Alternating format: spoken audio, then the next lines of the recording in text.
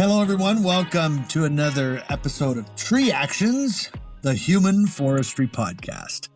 And joining Tony and I today, all the way from Vancouver Island, is Noah Violini with Bartlett Tree Experts. And Noah, welcome to Tree Actions. Thanks, Dwayne. Good to be here. Right on. I'm really excited to have you on the show. And, we always kind of kick things off. It's a pretty informal process, and we're not sure where we're going to end up, but we always end up in some pretty cool places with our guests. And I don't have any doubt. I know that it'll be the same with you. But we kind of start just to get the things rolling. And you, I think we did a sprout with you at the ISA show, so I think you've touched on this a little bit. But if you just refresh us, how your journey in the trees began. How did it all start for Noah as far as your pathway into the trees and how it started? Well, it started back, I think, when I was about 16 years old, Dwayne.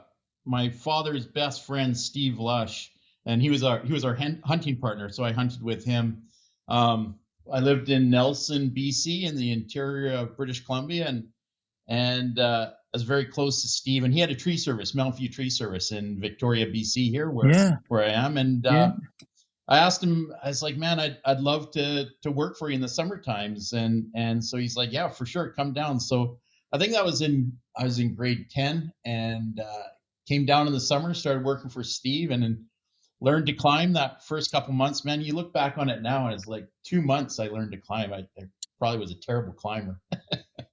But I got some gear and brought it back home to Nelson with me, and a buddy and I started a little tree service in Nelson while we were going to school. So it started back in whenever that was, 84, somewhere there.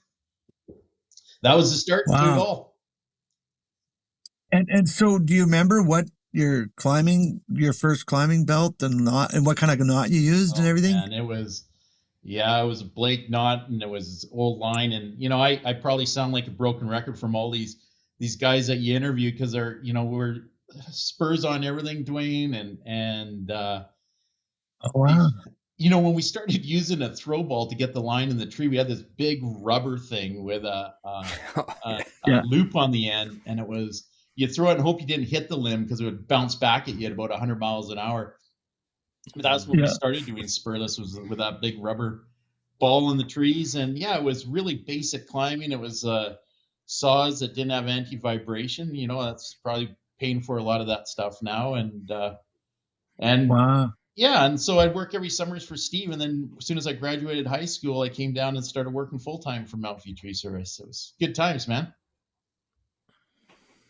So and obviously you progressed along through that company, didn't you? Because I think a lot of people take a similar path, but yours, did you not, like, you ended up acquiring that business somehow, didn't you? I did, yeah. So when I was, I guess when I was about 21, Steve was wanting to retire, get out of it full time, and Mountain View had been around since 1962. And so Steve worked out a deal where I bought the company from him at 21 years old. And I think I still have the deal. He wrote it up on a piece of foolscap paper that I agreed to pay him so much per month till I paid off the company. And wow. It was all on a handshake and no lawyers involved. And so I had the company and great crew of people. We did utility work. We did, I think that's probably when you and I first met, Dwayne, was back in the Mountain View days, wasn't it? Yeah. Well, I think actually our official meeting probably predates a little bit, going back to high school wrestling. Yeah, there you go. The Nationals in Vancouver. Yeah, when they were in Burnaby. Yeah, that's right. Yeah. We were a different weight class. That would have been in, that would have been in like in 1984. Was it? It was later than that, I think. But it was right around 86. Then. Yeah. 85, 86. Yeah. Yeah, 86. But I'm trying to think when it was. Yeah, I definitely knew you before Bartlett. Like, I knew you when it was Mountain View. Yeah. But I didn't realize how young you were when you got, it's interesting. I was one of the youngest instructors ever at Olds College to get hired full time. And I wasn't that young, but I was pre 25. I think it was 23 or 24. But, it's interesting. There isn't a lot of people that do the same thing like their entire career going back to such a wee young age, like you 15, I think you said, like, you started it and then at 21 as a company owner. And to this day, you're still doing the same stuff. That's, there must be something about the trees that calls to you more than just the fact that it's a job. Yeah, I got to say that time period between 16 and 21 when I bought the company, Steve was nice enough. I'd work for 6 months and travel for 6 months. So I kind of got the travel bug out and it was awesome. But, I got to say it's the people, right? We hire wonderful people in this industry and just surround ourselves with really awesome people, Dwayne. And it's, my son, Luke, now he works with us at Bartlett and he's good buddies with your son, DJ. And how cool is that here we are a million years later and our sons are hanging out together and just out the window here, they've got a training tree set up there. These guys are killing it. And man, we work with a really cool bunch of people. Well, and it was exactly well, pretty much it's the reason why we kind of come up with this concept of the human forest, and that there's we're connected through trees, but interests, hobbies, likes, family in some cases like this, where you and I have been in the industry now, our sons are both in the industry and forming a relationship and have a friendship and a connection and compete together. And, it's strengthened our relationship too. It's really fascinating, and I wonder if it's like that in the actual forest, as far as trees, like the older trees helping the younger trees, Suzanne Simard has suggested that takes place. But what are your thoughts on that whole thing of, I'm obviously we help each other. Do trees help each other like that? Do you think that occurs? That's so funny you brought that up because Richard Trippett, who's our division manager for England and Ireland, we became very close. He's actually out here right now with his family and his 2 sons and his wife, and we have a little cottage on our property. They're staying there. We're walking around looking at the trees yesterday, and we have a little 5-acre property here, and we've had to clear it out for fields and the cottage and everything else. And he was admiring it, how tall the firs were, and they were kind of a second growth fir. And because we cleared it out, there's not a lot of canopy until you get to the top or third. And I was telling him that, man, we get some strong winds here, and I'm really encouraging the younger growth to come up and fill it in. But it's amazing how the trees all work together. And when the wind's blowing, you can just watch them. The limbs don't break off. They just move and sway together. And we're just praying these young ones get up to protect the older ones because they're before they come over. Once you start clearing them out and they come over, then you get that effect that is just a domino effect. But yeah, we just had that conversation yesterday about how the younger firs are protecting the older ones. And what do you have to do sometimes when you have fringe trees? You gotta adjust the way the canopies are in order for them to last and bring up the new growth. So I guess that's kind of like you and I, a couple of old growths like us, Dwayne? We got our young guys coming up to protect us. Exactly. Pretty soon they're going to have to hold us up. So, while you were talking about that and the winds, it made me think of something that I get asked a lot about. And, you're probably one of the people that has some of the most experience of this of anyone I know. And you hear people talk about spiral thinning and spiral pruning.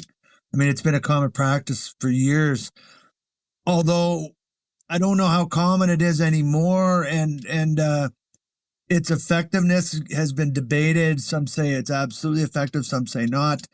What could you tell us about that whole concept of spiral pruning or thinning, as it's called? Well, I when I'm talking to my people out in the field, I think we got to take each tree and look at it individually. And I don't think you can take one type of pruning and say spiral thinning is the way to do it. Subordination of codominant limbs is the way to do it. You got to look at the scenario, what it is. Is there a house nearby? Is there wires nearby? Even a Douglas fir, like you think about what is in your mind, right? When I say to you, what is a Douglas fir's growth? What does it look like? What does your average Douglas fir look like in your head, Dwayne? Oh, the average Douglas fir. Oh my goodness, a mature Douglas fir. I find they get flat headed, round, large tops, and very thick stems, and I would say 200 feet.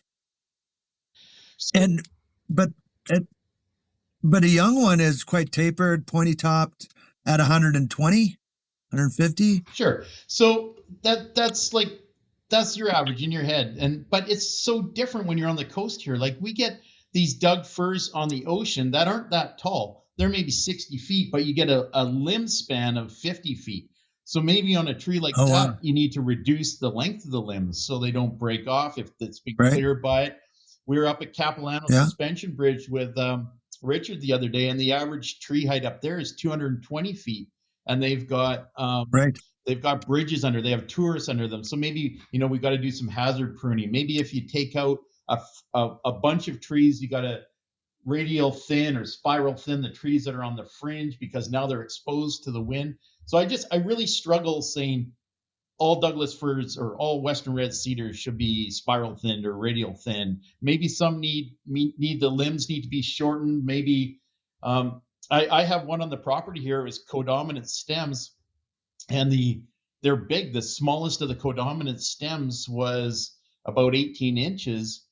But I didn't want to cable brace it, and I didn't like the look of the unions. So I got my son to reduce the height of the weakest codominant stem, and we're going to see what that does. Is probably have to retop that one, but now the other stem is becoming more dominant. So yeah, again, it's just really hard to say this is the way all trees should be. And remember, not to cliche things too much, but remember Shigo used to always say you have to touch trees and you have to look inside the tree. And that's, I have a little sawmill, a little Wood-Mizer sawmill on my property here. And I've learned more about trees and growth and strength of wood by milling wood than I ever learned in a book, and there's something to be said for that, right? Yeah. Absolutely.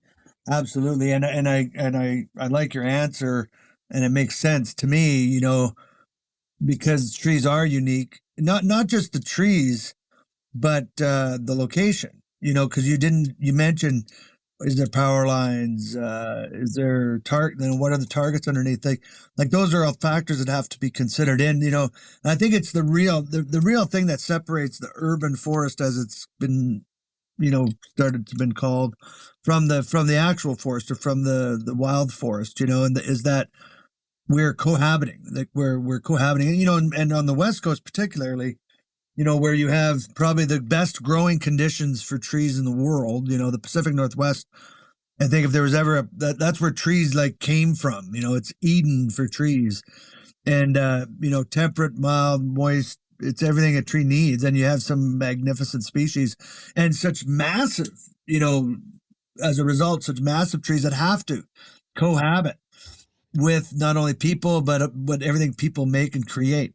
And all the consequences that goes with it, like pavement and construction and everything else.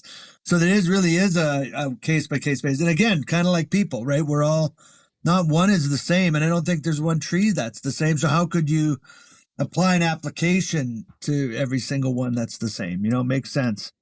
Yeah. And, we have offices through the Okanagan and Calgary. And boy, I don't envy you trying to grow trees in Alberta, man, with the Chinooks that you get and everything there. It's a whole different deal. And the value that people put on trees in Calgary compared to us on the coast here, it's, we take it for granted. Like you said, everything will grow here. So often when we get a tree here that's not that big with structural issues or something, we will say remove it and replant. Heck, you don't do that in Calgary because it takes a long time. And once you get something that's up around 12-inch diameter, that's a beauty tree. That's a heritage tree. Yeah, it can be. And it very much is, and I think that's probably one of the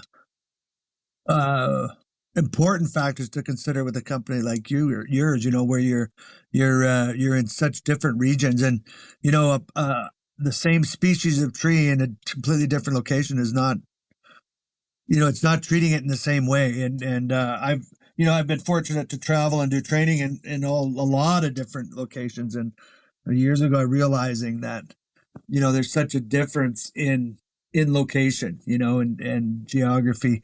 I wonder if it affects people that way too. Yeah, maybe. Yeah, it sure does. I mean, there's something to be said to be surrounded by forests and oceans and everything else that I'm here. It puts a smile on your face every single day, that's for sure. Yeah, I have noted in my. I used to comment on it, and it just jogged my memory. Like where it's mild and warm consistently, I find. I don't know. I don't want to alienate anyone, but I feel that it's easier to be happier, or that people are generally have more upbeat and positive where it's temperate and mild, particularly warm and with sun. Long, cold, dark winters, which they have their beauty. There is a certain, and I think it's well documented about depression and everything else that it goes up, and even in the West Coast where it rains, like you're in the island, much less rain than Vancouver. Like it's well documented there where they'll get a month straight of rain, even though it's not cold, and that affects our personality. It's good for the trees, but it's not so good for the human forest. That's interesting you say that, Dwayne, because unfortunately now my job has shifted from trees to more personnel and management, as you know, and it's I love it, but maybe not as much as dealing with trees. But right. It would be interesting. We have probably in Canada we're pushing staff around 200 right now, so I deal with a lot of management issues, and it would be interesting to put it on a graph of the issues that we're seeing with our people, the mental issues, whatever it is, for the seasons, because I can guarantee you we're seeing 80% more of those issues between probably November and January than we would in this time of year, right? It's the cold weather, the rain, it's just depression. It's seasonal emotional disorder, right? It's a little bit of that, but we definitely see more in the winter. And just like with trees, that's when we see the failures and the winds and the storms. Exactly. Wow, that's fascinating, and isn't it true? Like, so the trees, are dealing there. There's more. I don't know if you call it failure season, but yeah, there's more breakage that occurs different times of the year. That's yeah, I don't know if that's ever been tracked. That's an interesting thought there. Tony, what do you think of that? You think there's Yeah, I definitely think there could be. Be here on the East Coast of down in the States.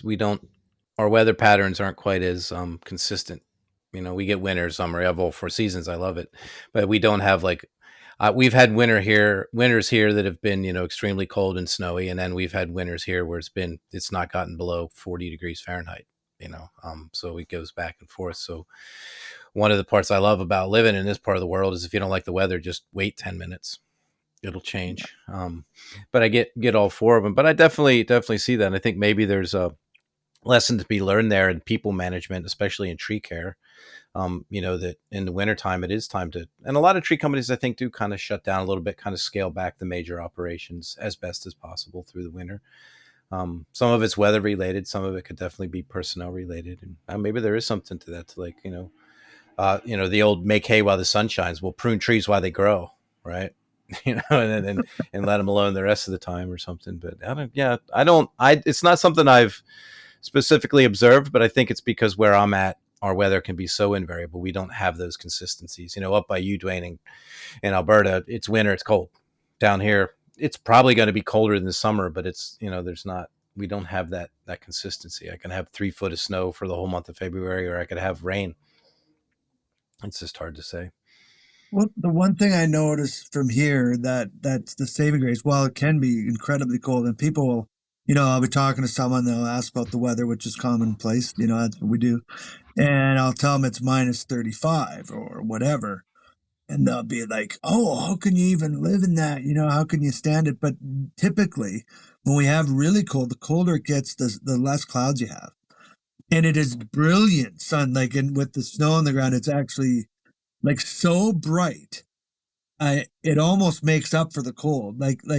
And it certainly isn't depressing. It's really tough to be depressed when it's brilliantly bright out and the snow is just glistening, like literally like diamonds shining. And as cold as it is, it's hard to be depressed. But if it's blowing blizzard wind and it's cloudy and blowing, then it's not so fun. But you know that you'll go through a couple days and then we'll have like a week of just brilliant sun and everything's white and I don't find depression occurs during those time periods. And, interesting enough, wind breakage too, isn't obviously even failures in general in that time frame. We just don't get when it gets cold enough, the weather doesn't get quite as extreme. It's interesting how it shifts, but you don't get that much rain on the island as much as like say Vancouver. Do you know? You guys get considerably less. We get a lot compared to what you get, Dwayne, but it's and we're going through these periods now of extreme rains in the winter and extreme dryness, drought in the summer. And when I was driving up island to Fino last on the weekend, just looking around at the trees that are really feeling the pain from that. The Western red cedars, I said to my wife, I was like, man, look at that hillside. Because, you can see the big silver tops when the Western red cedars they're starting to die and the tops go first. And it's just amazing the amount of them that are suffering from this environmental change. Looking up on the hillside behind my office here, the Doug firs are thinning out. The ones on my property are nice and green because we irrigate. But yeah, it's it's concerning how our ecosystem is going to change in the next few years with this heat and we're considering water management on our large properties because we get so much in the winter and again not so much in the summer. So something we have to think about: where are we going to be in 20 years? What kind of trees are we going to be growing? And I think you're seeing that in Calgary with the Chinooks and everything else as well, aren't you? Yeah, well, there's a lot of people talking about like the climate shift or change, and that we need to plant trees accordingly. Like we either expand or change our lexicon or what we choose to plant based on what we anticipate may be happening or coming. And I think that's kind of what you're talking about. That's exactly it. Yeah. Again, I was talking with Richard from England yesterday about native trees, and he said, there's only like, I forget what it was, 15, 16 native trees in England. But there's been people there for so long that they assume like a copper beech is native, but that's not a native tree in England. So are we going to lose that? Like, are we going to remember what are our native trees to these areas here? And heck, I don't know if native trees are the best bet anymore because things are changing, right? Do we have to plant trees that can survive the drought? Yeah, I know. I've thought about that too. I don't know, and yeah, it's interesting. I definitely see by me like the changing environment and the climate and however you want to address it.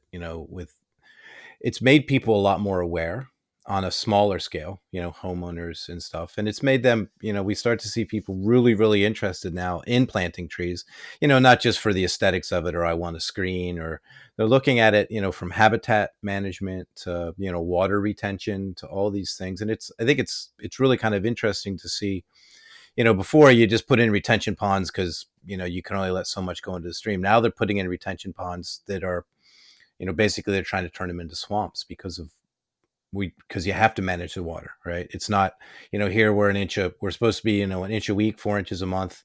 And, we kind of average that, but it's not that consistent. So people are really starting to look at trees and tree planting and the habitat of their own little, their own little lots, everywhere from, we deal with everything from, commercial properties have been doing it for a bit to, the guy that has 3-4 acres and he's like, well, it used to just be a pasture, but now I think I'd rather it be a forest. And I think it's, one of the silver linings of all this is that people are more aware of it, and they're understanding that, if you do just have a half-acre lot or a 1 acre lot, and if all your neighbors, plant a couple more trees and manage things a little bit better, it makes a difference. It makes a big difference locally, and if enough of it, it'll do it on a much larger scale. Yeah, and diversity in planting too, right? Like we've seen it for years, where especially in cities that do a monoculture, it would be all one. It was typical in Victoria. There was a lot of that plant streets of cherries, and then we get these pest and disease issues that we hadn't really seen before. Birches get bronze birch borer, and then it wipes out a whole street. So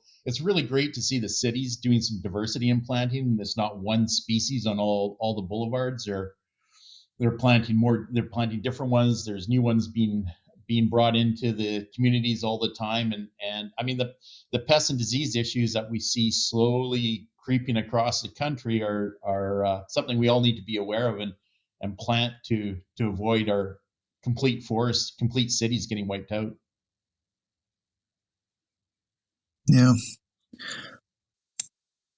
My brain drifted slightly in that. That's not like you, Dwayne. Because, well, that never I happens. got thinking, we're talking West Coast and all the West Coast stuff, and you mentioned in the beginning that you said about when I asked you about your climbing stuff and that, and you mentioned spurs, and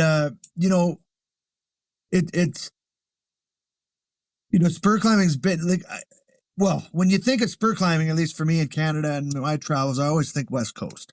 I mean, it's where it still seems to come up the most. And I don't know why it just popped into my head. First of all, would you agree with that? Or where does the legacy of spur climbing, and why does it seem to be have lasted so long, or exist even in a lot of places still in the West Coast? Is there... What do you think that, like, even I think you learned to climb probably using spurs. Yeah, Steve, when he taught me why is that? Why was that? When he taught me how to climb, I remember he had me on belay on a fir tree, and my belt didn't even have a flip line, and he said, I need you to learn how to fingernail it up a tree. So I'd have spurs on and just hanging on to the bark. I was on belay, so if I slipped out. But that was the way that we did it, and I think a lot of it here, guys, is that I was up in Long Beach on the weekend in Tofino. They used to call it Tough Town. I didn't realize that up there. And it was all fishermen and loggers. That's all it was in Tofino. And the loggers the trees were so big, they'd climb up and blow out big tops out of them and then fall the sticks. And to get up in the trees, they'd have to use spurs. I mean, they're logging anyways. It didn't matter to put holes in them. But when I first started doing in the tree care industry, probably half of the guys that I worked with were ex-loggers. So that was their background. That's all they knew, is how to get up in trees with spurs. And so that industry, the logging industry, was really brought over to tree care. I remember one guy we had hired fresh out of the bush, and he was just dragging brush. He was shut down for fire season or something. And we didn't realize it, but the client called and complained after, because they had a cedar deck on their house, and he was walking back and forth, and he had his corks on still from the bush. So he put a million holes. We had to replace the cedar deck for our clients, because the guy had that's the only boots he had. But that was the way the industry was 30 years ago. It was people that were used to logging, used to working in the bush, climbing with spurs on, and like, hey man, you can come and work for us. We can get up a tree, we'll hire you. And that's what dragged on. So I think probably on the West Coast here, where we dragged it on too long, climbing with spurs and hiring. It's a complete different trade. When you think about it now, think about what our boys are doing in their training, Dwayne. I mean, they're not loggers. Yep. No. It's interesting. You said, I never thought of that before, because I've seen, I knew that they would go take tops of and create spars for setting rigging to create a rigging point to drag logs and lift logs even, and so on a logging site. But I never had heard, until you just mentioned it, like if you had a really, really big tree, it might be easier to fell that. The same reason we do it in the urban, like easier to take the top out so you can fell the stick with more accuracy and less obstacles, right? So I never had heard this before, but I think what you were saying is that would they do that as a kind of in some cases because of the size of the tree, they'd take the top first just to make it easier to fell.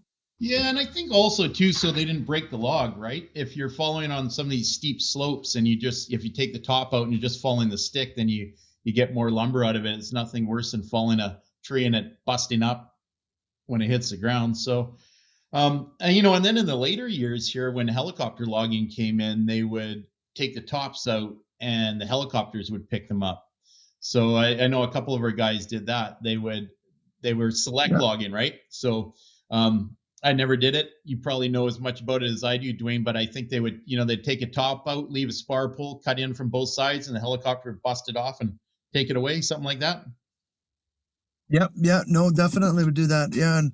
But I never thought of spurs being like standard loggers equipment. I thought it would be more for, there would be a select few that would spur, but maybe there was a lot more loggers spurring than I ever realized. Yeah, and to setting the spar poles too, right? They would climb up and take the top off, and they would leave the tree standing, and that would be the spar pole for bringing other logs up the embankment. So there was those guys that just did that, and they just had a belt with a flip line and long spurs. On the West Coast here, we always made sure our climbers had the Buckingham long spurs, not the pole spurs, because the bark's so thick on the Doug firs, you had to really hammer it through.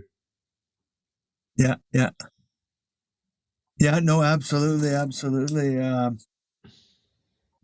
So was Buckingham the ones that first made a long spur like that?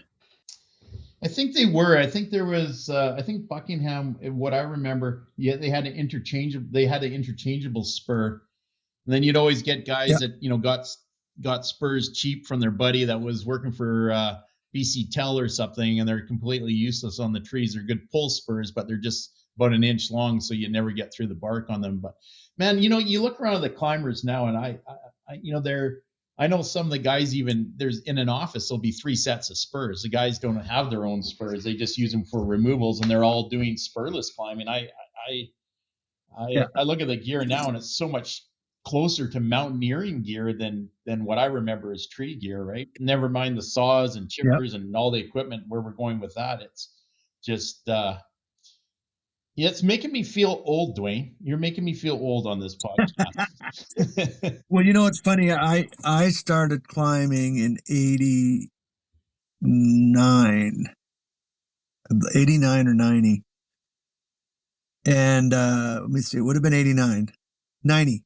Winter of 90 and or 89. Anyway, the company I was at were really the guy that started the tree division. So it was a lawn company that started a tree division because they were losing their good workers to the oil patch over the winter, and the guys wouldn't come back. So they wanted to give some of their good workers year-round employment, and they needed something for them to do in the winter. And so they started a tree division. And I got hired on out of the University of Saskatchewan. I worked at the nursery there, and I ended up, because I learned Latin there, they figured I needed to be in the tree department, and I ended up getting sent to school. And next thing I know, like after not even a season, I was full-time, which was rare. Normally you had to been there a while, and because of my background, I ended up there. So, but this guy that ran this division had just gone to a Shigo workshop, and he basically worshipped him. And so I had this, and that's how I learned first about Shigo. And you mentioned Shigo earlier, but then spurring was bad, like you don't spur, and a lot of people were still spurring even in the prairies then. But the company I was at, it was a new division. They did everything Shigo way. We never topped nothing. That was just an outright flagrant no, and you didn't spur anything. So I learned to climb, nothing fancy, but no spurs and no topping. So I was an over-thinning SOB. Like, I thought I was doing good, and so did we all, but we were lion tailors, like we were lion tamers, man. Like, because you still had to get enough brush on the ground to make it look like you did something. So there was that. I remember Shigo a couple years later hearing him talk, and he's like, listen, just because you're not topping doesn't mean you're not hurting the tree. You got just as much brush on the ground from a topping cut as you do from a thinning cut. You've taken too much. Yeah. So, That's but I never did anything with spurs, right? But then when I went to another company, everyone's going, "What do you mean you don't know how to use spurs?" It was like standard equipment, yeah. kind of like what you're talking about. I just grabbed something off my wall here to read to you guys. It's my wife's father passed away, and she was cleaning out all the paperwork out of their house, and her mom never threw away any bills. And I think I said Mount View Tree Service was started in '62, and so Denise was going through the paperwork, and she found an old bill that her mom kept from 1972 to Mount View Tree Service. And I'll just read you the work order here. It's handwritten. I know we're on a podcast, nobody can see anything, but it says top 1 fir, fall 1 fir, take limbs off 3 fir, $40. That's the work order. Those are the specs. Top 1, fall 1, take limbs off 3 fir, $40. $40. 1972. Yeah. Wow. So what do you think? Like, how big do you think they would have been? Like normal, like they're on the ocean. They're big trees. They just sold the house, so Bartlett's worked in those firs. They're probably 3 foot diameter, 120, 130 foot tall. So yeah. And they're still there. Well, they're still there. The fallen one isn't there anymore. That was gone. But the top ones right. are sure they're there. And it's for view clearing of the ocean. But $40. I saw that. That's an interesting. That explains why I'm not a millionaire. What a deal. It brings up another interesting point. And I remember, because of, we're all so much a product of our environment, and, being raised my first few years in the tree care industry, or as a client, learning to climb spurless, and you don't top anything, and everything was Shigo says. I was astonished when I first started realizing how much, like, I guess you could call it topping or height reduction is done, particularly on the West Coast, on these large, tall trees that, you got to be a hell of a climber just to even see that where the cuts were made.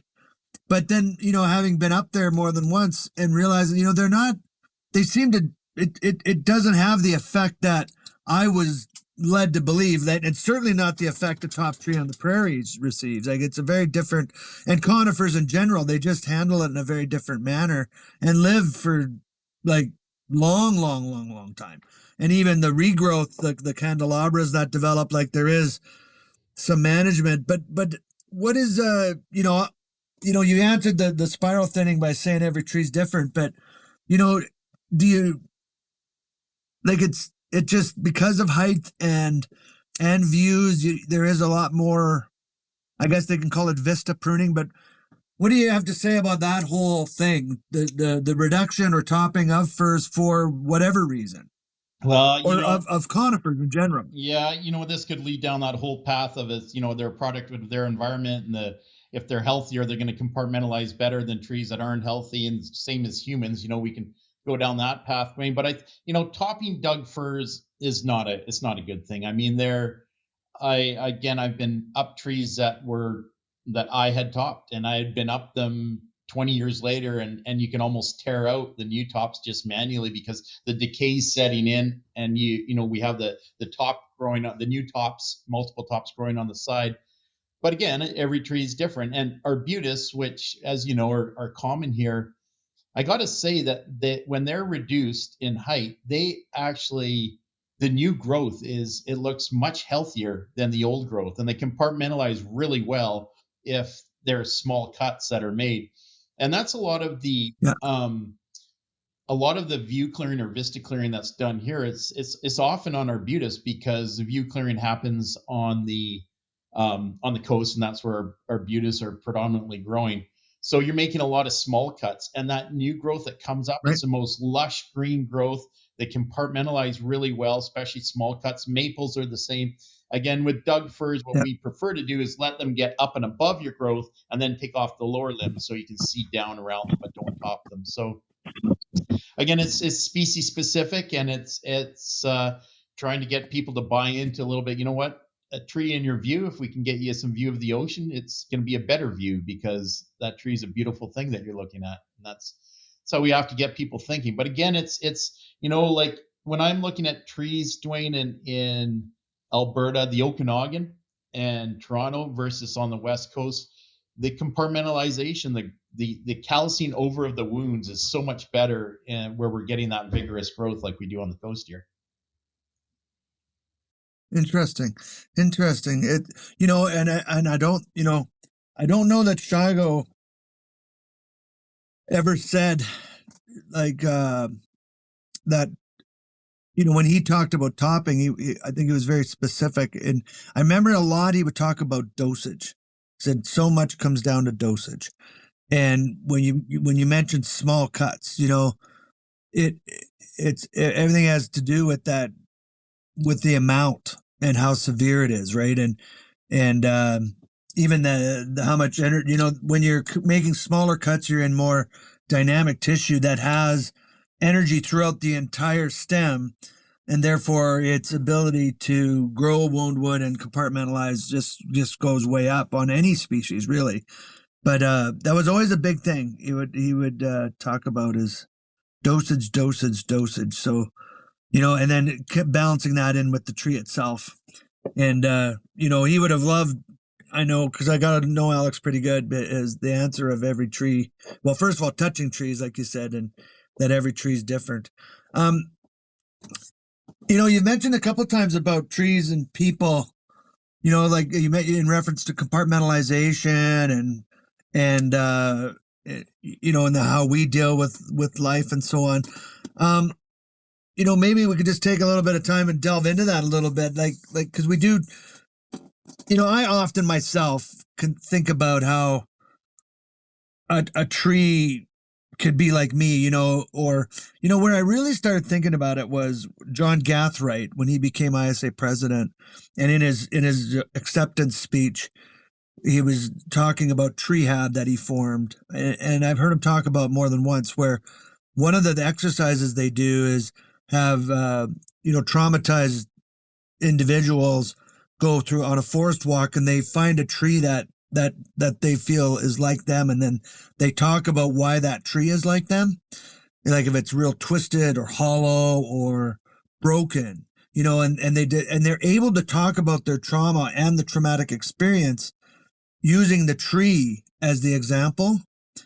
And I think a lot of us do that, maybe more so, maybe openly, maybe secretively, but you've mentioned it a couple times, and being a human forestry podcast, it was kind of the angle that I'm starting to expand more on, I guess, maybe in my age. But how do you feel your knowledge of trees and experience with trees and people, which you manage with a lot now, how do you draw correlations, and how does that look for Noah? Like, how does that show up in your life as far as? Well, it's I was like listening to you right there, Dwayne. That was good. We got to talk more offline on that. That's a real good path we can go down there. It's a lot of fun. But I'll tell you, I lost my best buddy dog on the weekend, last weekend, German Shepherd, Lupo, and he's like the most, it killed me. I was so close with him, and he's a black German Shepherd, 120 pounds. And he was 12 years old. It was time for him to go. We had to put him down. We put him down at home here. And his last night, I slept on the deck with him because he was suffering a little bit. And so Denise said, what kind of tree are you going to plant for Lupo? Because I always bury them on the property here, and I plant a tree. And I was like, man, I've already thought of it. It's going to be a copper beech, and because there's such a big, majestic tree. And it reminds me of Lupo, and I'm going to plant it in the middle of the field. And because in the copper beech, the limbs, I'm going to let the limbs get right to the ground. You know how they do that when they haven't been pruned? And it's just a beautiful tree, and it'll get such a diameter. So, that's, to me, that's what trees are. They, like you say, they signify their, I have my pets buried all over with really cool trees planted on them. And if someday when I pass away, I would think that'd be a real cool thing if my son could pick a tree that he thinks reminds him of me, and that'd be a good way to be buried, I think. So I don't know if I answered your question, Yeah. but that's kind of what the trees are just such a huge part of our life. And when you're talking about walking through the woods and picking a tree that you think is like you, I heck, I don't know what it would be for me, but might change daily. I don't know. What's your thoughts, Dwayne? What's Tony? Sure. Tony, I want to ask Tony. Yeah. Tony, what's your tree? Yeah. Probably a dead Atlantis, just molded in the way. All right. Any tree with self-love issues, yeah, that's my tree right there. Wow. I think it's maybe better for your loved ones to pick a tree for you, Tony. I'll leave you out of that. Yeah, I told him I wanted to be cremated and packed in an artillery shell and launched towards the enemy. I don't know if they'll do it. I figure my daughter probably just flushed me down the toilet. Either way, at that point, but I don't know. Yeah, I never really thought about it that way. It would be interesting to, how would you describe yourself tree wise? I don't know. Never really thought about it. Yeah, in that scenario, with specifically children, or I don't know if it was just children, but individuals who were unable to talk about their trauma and were able to find an outlet for it by saying this tree is like me because, and these people wouldn't even know what tree it was. It was the way it was twisted or grown or bent or whatever, and that's how they found a connection. And I certainly feel that wound wood and the whole compartmentalization model and how trees, grow new wood in new places to strengthen themselves, to stay vertical, to stay alive, you could call it. How that's for me where the symbolism really draws in. I've experienced things in my life that have been difficult, and when you look back, when you survive it, you go through those difficult times. I think that it does something. There's a resiliency and a strength that forms if you're, I guess things have to happen the right way, but typically in my life so far, I come out different and stronger, and the wood that forms after the injury is stronger than the wood that was there previous, and I stay standing. I'm able to move forward, and that's, I think, one of the most powerful symbolisms that trees have. They don't regrow the part that was lost or injured or wounded. They just seal it up, or and in that process of sealing it up, they fortify the wood around the wound to make it as strong as it was before the injury occurred. Like, what a beautiful symbol of what happens in people, I think. And that's I guess, depending how recent the wound is, the more open the wound is, the more visible the wound wood is, and in time, the wound wood, as that wound heals, it'll stop producing wound wood because it doesn't feel the pain anymore, and how much aren't we like that, and how time is such a healer.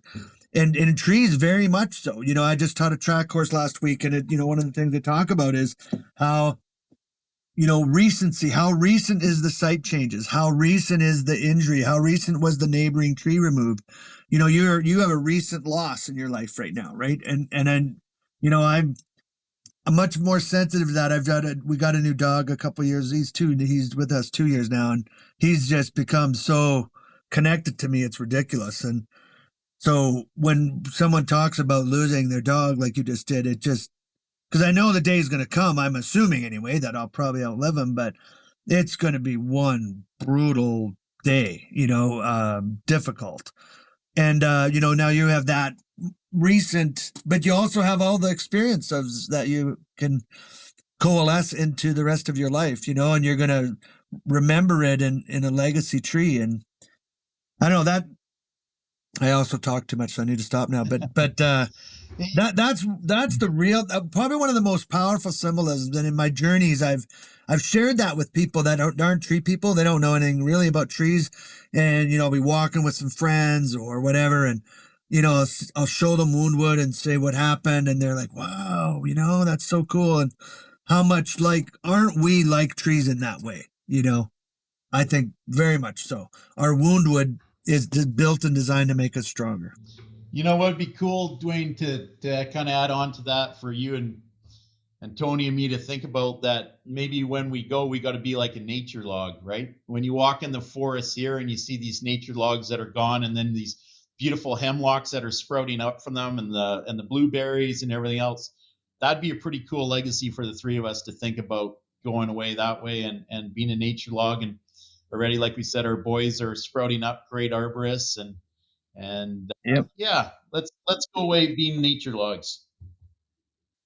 Yeah, well, I mean, that's that again. When we talked about the human forest and when the concept kind of began, we were having a team event and we were saying our goodbyes. It was our last. Everyone was leaving and getting ready to go, and we were doing a group picture. And one of the guys just said, "Oh, here, I'm really glad to be part of a seedling in this human forest." And it just struck me, and there are seedling trees and there are nurse trees and there are, and we often talk about friends of ours that have passed on either from Lake Shigo, from age or, from a tragedy like Pete Donzelli, and all of us, know people that have met an untimely death, and, their legacy does live on, and their memory, learning from what happened to them, and they are nursing another crop of arborists. If we keep talking about them and if we keep remembering that they are serving that function, and what another example of the human forest. Like in the forest, the old trees, unless they're logged and taken away, they ultimately completely give back to where they were. They fall, they may cause some damage in that process, but they decay and give back and completely go back into the soil, which we do as well. Which, although that's another topic, because I'm really bothered by in Alberta, about 10 years ago, because when my parents died, I didn't want to have them put into the cement vault. Even when you bury someone here in Alberta now, it's law that the coffin has to go inside a cement case and the lid's put on top of it. So, like, you're in this vault in the ground, and it's like that.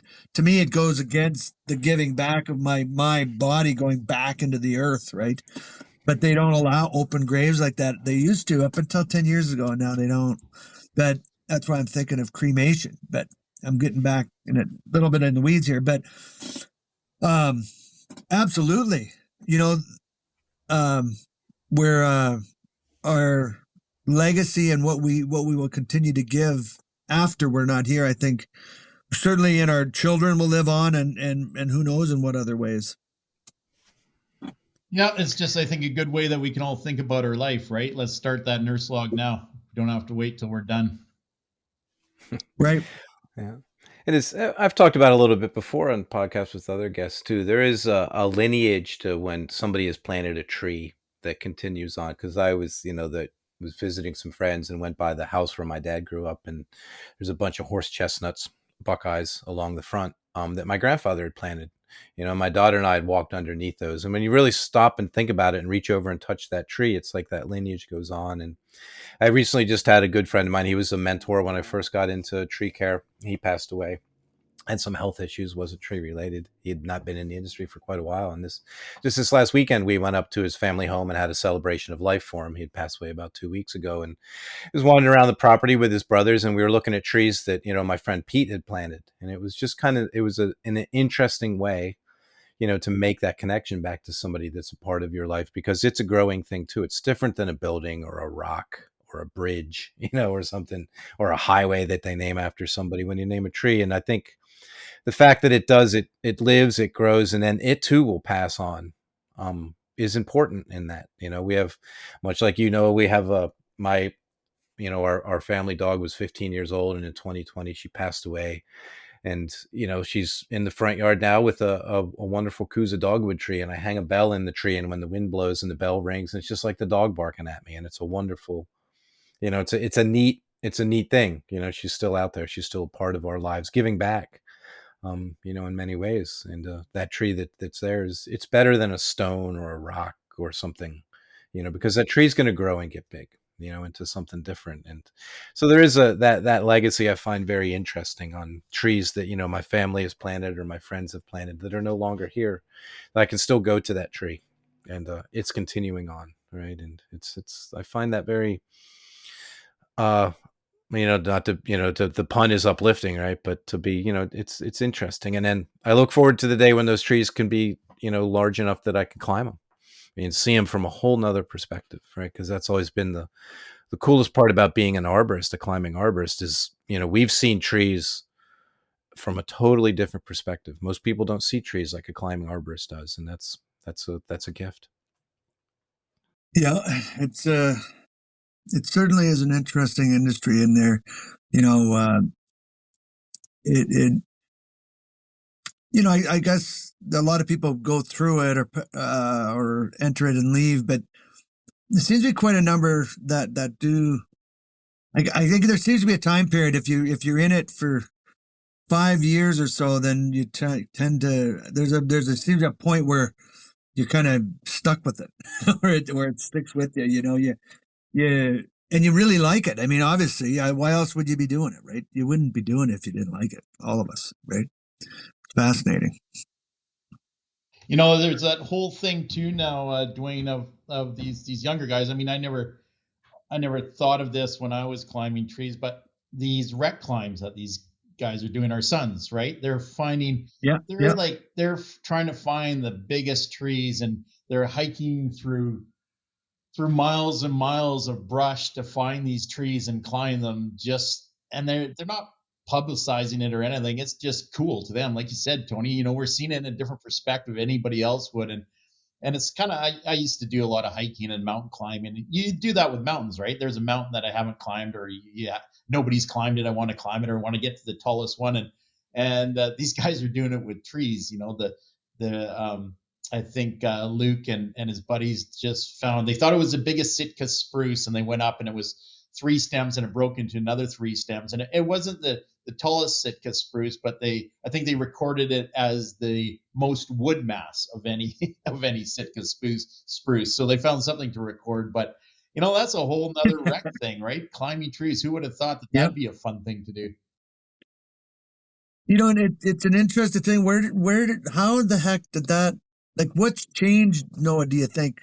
Because I did climb for fun. Like I would, my first date with my wife, I took her and we climbed an elm, and I made a slide line out of it. But I never thought to go climbing big trees in the bush. I would just climb trees in a park. And I don't know where that shift occurred, or maybe it just was never me. Maybe it's always been that way, but it seems like it's a lot more common these days. It's almost like in that extreme sport genre, right? The harder it is to get to, and the worse it rains, and the more cliffs you got to cross, the better it is, Yeah. Or has that always been the way? Is that something new?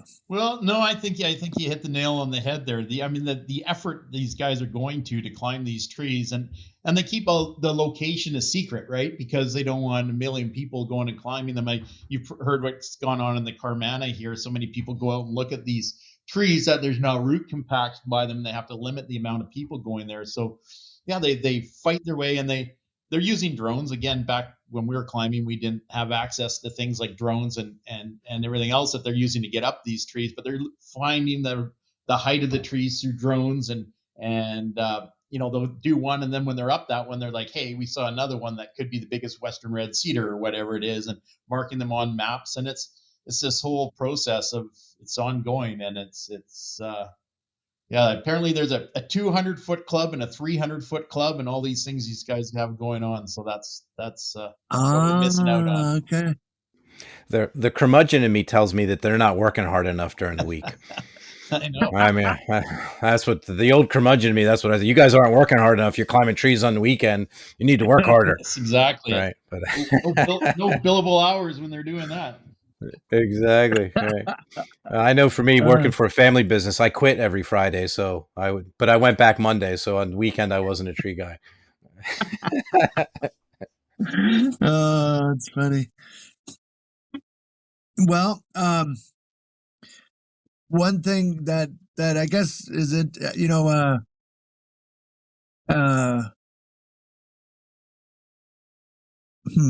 how do I put does every arborist that works at a company end up doing side jobs, or do they have to, or do they want to? Obviously there's friends and family, but how does that, because as you might know, Noah, DJ's come full time for the first time with the tree companies, made that switch. We always wondered if he would, and never. It was never an obligation. It was something that was fully up to him, and he's made that switch. But he can't stop doing tree work, right? So he's got so many days that he does side jobs, so to speak. And I mean, as a manager of a large company, I know that's always a challenge. But it seems to always kind of go with the turf. I don't know if you and never did that in your career, and I don't know if this may not be the place to talk about that, but like, what is it about, like, whether you're wreck climbing or doing a tree for a friend because it's after hours? Like, is that just the way it is, or Well, and your son, by the way, and my son do that stuff. yeah, it's a slippery slope. I mean, what we say is if it's if it's in an area that we don't operate in, then how are we? We can't stop you from doing it. But we also say if you're going to do it, then make sure you're insured and you have. If anything happens, you have compensation. And a really good friend of mine about 5 years ago was doing a side job and a tree fell on him and he had his leg amputated. And because he wasn't on company time and he didn't have insurance, he didn't have coverage for that. So, Right. And he was off work for 6 months to a year, and then he has a prosthetic leg, and a lot of that cost was out of his own pocket, and his life has changed dramatically. And that, all that for a few $100 of a side job, is it really worth it? And that's why we have insurance when we're a company, and that's why we have Yeah. workers' comp Yeah. and everything else. So again, Dwayne, we can't stop these guys from doing it. Our guys, we don't want them to compete with us. So if it's out of our service area, then go ahead, but make sure that you have coverage and use your own gear and come ready to work on Mondays. So that's all we can ask. But yeah, again, it's the coverage thing, and my buddy will never be the same again, and he regrets it every minute he gets up. Yeah, that's a good point, and there always is that risk, that element of risk. And even if you do, I know that we've helped DJ with, that was an important part, and he is insured, but you're still out of commission. Like, just because you're insured doesn't mean your leg grows back, right? So you got to balance it out. That's definitely, and maybe that's something why the older you get, the less you do it. It's something to do with that insight that happens in time, right? Yeah, and you're not always prepared. Like if my buddy was doing that job with our company, there would have been probably at least one or two other people on site with him, and because he was doing it as a side job, he was alone. And that's the other thing, is are they prepared? Do they have all the equipment they need? Right? We're sure our large companies that we work for, they have the equipment, they have the ropes, they have the blocks, they have the trucks, they have the chippers, they have the hobs, they have the GRCS or whatever they need. When these guys are out doing it on their own, are they prepared with all that gear? Now, I know your son, Dwayne, has more gear than most large companies in his truck, but yeah, he's definitely a gearhead. I'm not as bad as I used to be, but any of my traits that I did have, he's fully picked up where I left off. There's no question about that. Well, you could be very, very proud of DJ. I don't know your other son, but I know DJ, and he's one of the nicest people I've met in my entire life. So you've passed on that trait to him, and you can be very proud of him. Well, thank you very much. There's another side to the side work too that I run into every once in a while, that we'll get guy with the family company. And it's like, I tell the guys, you work 5 days a week, take a couple days off and do something else. For as much as you love tree work, well, one, rest your body, rest your mind, because it is a hard dollar, mentally and physically. And, and then take some time and, don't make the mistakes that I made, spend some time with your family, actually see them in the daylight every once in a while. And I've, in the past, I'd done my share of side work, friends and family. And then, it is a nice, cash little, things get tight. It's nice to have that little bit of revenue. But I always tell guys too, it's like, everything that you guys mentioned, but if you're full-time working tree work, 5 days a week, take a couple of days off, step back. You'll be happier and healthier in the long run. And you can collect your wits. Now with DJ, it's a little bit different because he's not doing production work. anymore all day. So I could see, and I find myself in that suit. But I always caution guys too. I'm like, don't be afraid to take a day off, step back. I wish somebody would have told me that, and then maybe I wouldn't have beat myself up so bad through my 20s and 30s. And It's could very have good enjoyed a advice. little bit more of those times, and and engage in hobbies, or look. And if you're so involved in tree work, then find another aspect of arboriculture that can give you something when you don't want to or can't climb anymore. Right? Think about the future a little bit too. So if you really want to spend your weekends doing tree work, well, don't climb. Find something else in the arboricultural world that is a fallback plan for you, because the day will come as a production climber where you either can't or you don't want to climb anymore. And if you like What? this, imagine that, right? And so start to build that now, build that now. And so, sometimes that's enough for some guys. Oh yeah, maybe I can earn a little bit of money on the side, but I'm not climbing a tree doing it, You can just do a podcast with Tony and Dwayne. That's enough. Yeah, you could, because we just get wealthy off this stuff. I mean, it's like, obviously finances was not a big motivator in our job career selection. So while you can make a good living doing tree work, I'm sure there's easier ways. There's got to be. I should have been a lawyer or something. I don't know. Maybe. It's sure fun having these conversations, and it's when you take the time to just dig into it a little bit, it gives it's like a good excuse to have a conversation with people that that normally you probably wouldn't have, and that's what I'm really enjoying about Tree Actions. When you guys were talking about the planning for the future and how trees, and Tony, and what you were talking about, I think another example of trees give us, again, like they don't they're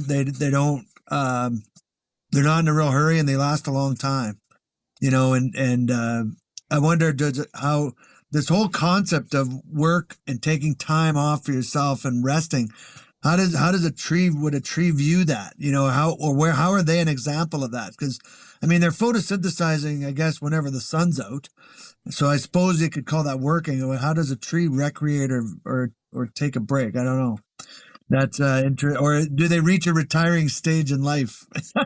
It's the old, the Buddhist saying, in nature, nothing's in a rush, but everything gets done, right? And I think that is a definite life lesson you could take from trees and forests and natures in general. It's like everything gets done, but nothing's in a rush, So kind of looking at it that way, and you look at it from a career standpoint too, right? Like if you start to learn to climb, and everybody wants to advance. Like, well, sometimes master the basics and go back to the basics. And I think trees are really good at that as well too. Right? For as big as they get, they're still fundamentally trees. Yeah, they don't make a lot of interesting. Well, we I don't know if you've listened to any of the podcasts, Noah. You'll see they end up being around an hour, but they're not exactly an hour. We let them organically kind of flow, and this is a natural sort of segue where it seems to. I don't know if I often wonder if the clock was made wrong or something, because it's like 67 minutes or 70 minutes is almost like a natural break time, whereas an hour is just a little too short, and less than that's too short. But I don't know. Anyway, but I want to thank you for sharing your time with us, Noah. And I'm sure we're going to see each other. And the way DJ's now permanent resident on the island, and he's not. We're going to be out there. In fact, we're coming out in a couple weeks here, so maybe we can go for a coffee or something. But thank you for sharing your time with us and your thoughts on trees, and telling us your story of your journey in the human forest and in the urban forest, in the arboriculture forest. So yeah, thanks guys. Tony, was good getting to know you a little bit before the call. Absolutely. I'm sure we'll cross paths and we'll catch up. And Dwayne, give me a shout before you come out if I'm around and the fish are still biting. We'll get out there and see if we can get a lunker. Ooh, wow, that would be okay. I might just do that. Really? Yeah. Okay. I might just do that.